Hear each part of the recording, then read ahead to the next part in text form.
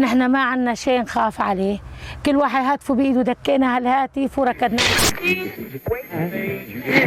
عندي 3 صبيان وبنات تنتين. الماي كله بيطلع. ايه والله الحمد لله. اهم شيء الارواح. ايه والله الحمد لله يا روحي. اجتنا اول هزه نزلنا على الارض، كانت الدنيا كثير شتاء ومطر ببسينا. اجت هيك هالهزه قويه، نزلنا بعدين تلافينا عند الجيران بيت عربي للصبح الساعه 7:30. رجعنا على البيت ما في نهارين 3 اجتنا هالهزه الساعه 8 المغرب. انا مريضه سكري وضغط، اخذ الدواء نمت. ابني بالشغل اجا تأمنت عليه، اجيت ارتكيت، تطفى الكهرب وتشعل، تطفى الكهرب وتشعل، بعدين طفت ما شفت هالهزه الا صارت. فشلنا الاولاد وركضنا لتحت، هبط البيت.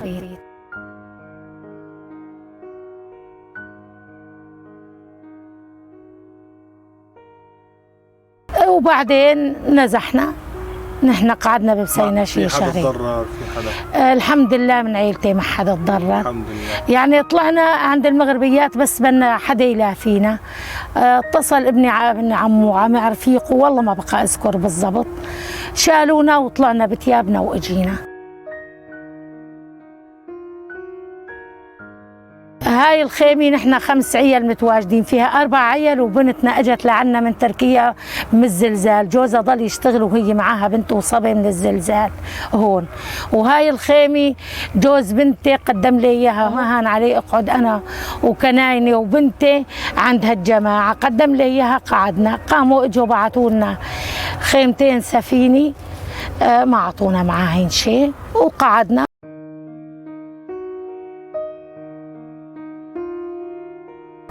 احتياجاتنا ليك طلع على الله يعطيك ويعطيهن، اعطونا طراحتين طلع على وجوههم 3 ليك على اللحف كيف المشقشقه. هاي البطاريه يعطونا اياها جماعه من عدلوح، غاز سفري مثلا ليك ولا 4 عيال اشو بيعمل ليك. الكراتين عم بشتغل على الصوبه على الكراتين، ربي تشهد علي عم بطبخ. حطب ما في على الكراتين، ابني بيشتغل بيجيب لي شويه كراتين بشتغل عليهن وبنتحمى وبنشتغل هيك. شو محتاجين لكل شيء، خزان مي مثلا، لوح طاقة، فرش بيت، نحن الله يساعد.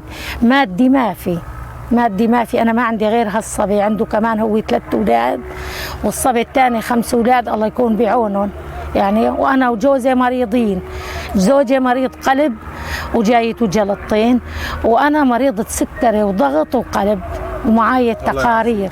الله يسلمكم، الله يسلمكم.